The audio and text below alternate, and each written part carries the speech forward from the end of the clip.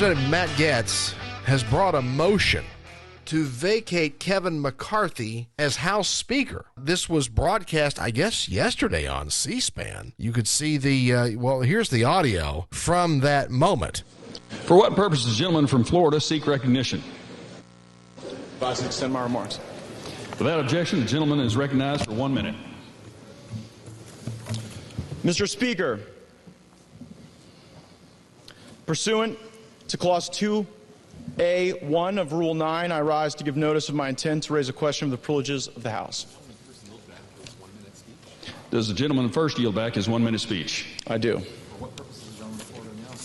For what purpose does the gentleman from Florida now seek recognition? Mr. Speaker, pursuant to Clause 2A1 of Rule 9, I rise to give notice of my intent to raise a question of the privileges of the House. The gentleman will state the form of his resolution. Declaring the office of Speaker of the House of Representatives to be vacant. Resolved that the office of Speaker of the House of Representatives is hereby declared to be vacant. Under Rule 9, a resolution offered from the floor by a member other than the majority leader or the minority leader as a question of the privileges of the House has immediate precedence only at a time designated by the chair within 2 legislative days after the resolution is properly noticed.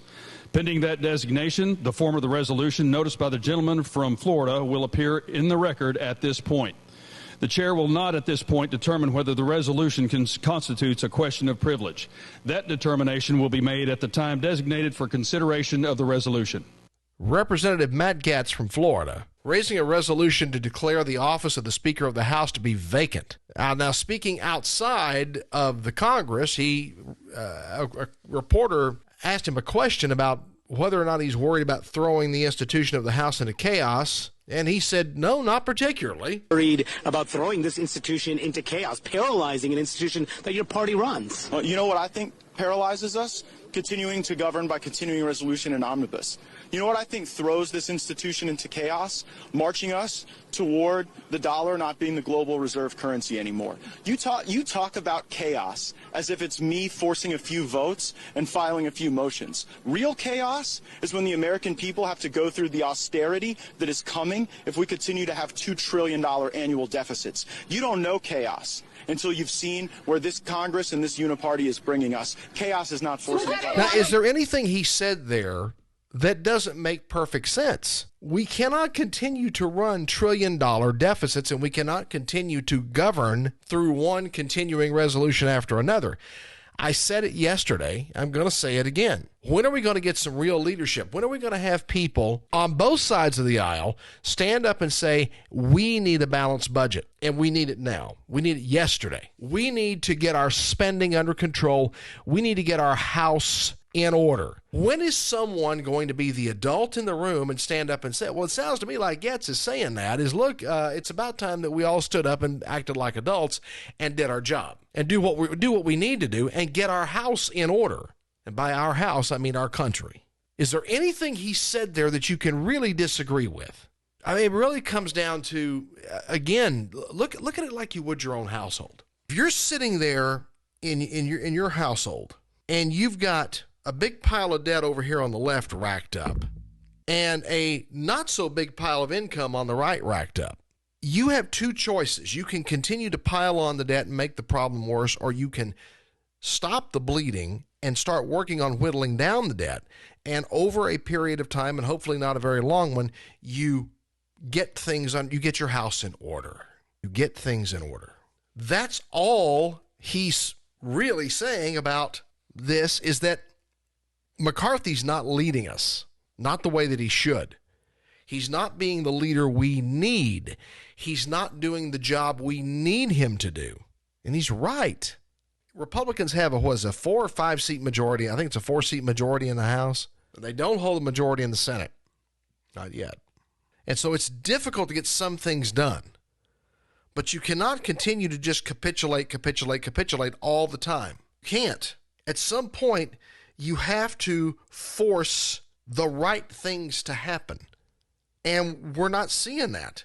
Yeah, I've talked about how we, growing up in the 70s and 80s, of course, I'd hear it in the news. I didn't pay any attention to it as a kid because these things don't matter to you when you're a child. But Now, as an adult, I realized what I was listening to, and all we heard on the news almost nightly was the national debt, the national debt, the national debt, the national debt, over and over and over again. Oh, the national debt is so big. Oh, the national debt is so out of control. Oh, the national debt is just out of hand.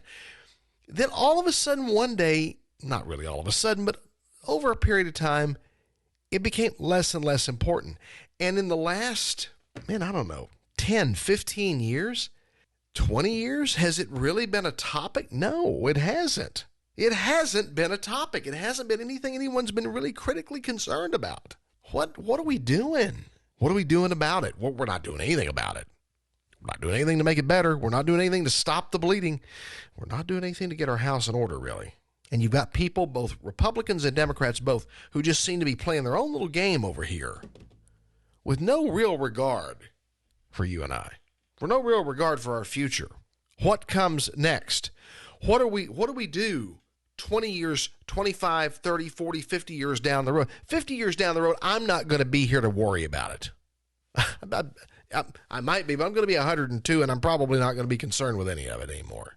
The fact of the matter is, whether we like it or not, we do have to be concerned about what we leave for our kids, our grandkids, and our great-grandkids and beyond.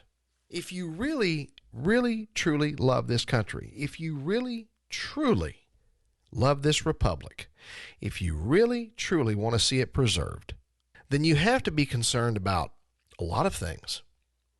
And one of the things you have to be concerned about is the solvency of the nation.